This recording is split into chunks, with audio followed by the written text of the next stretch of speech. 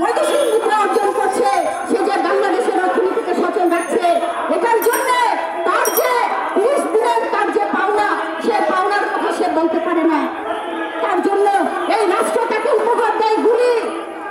এই দেশের যে শ্রমজীবী সাধারণ মানুষ, তারা তাদের দাবির কথা বলতে পারে না।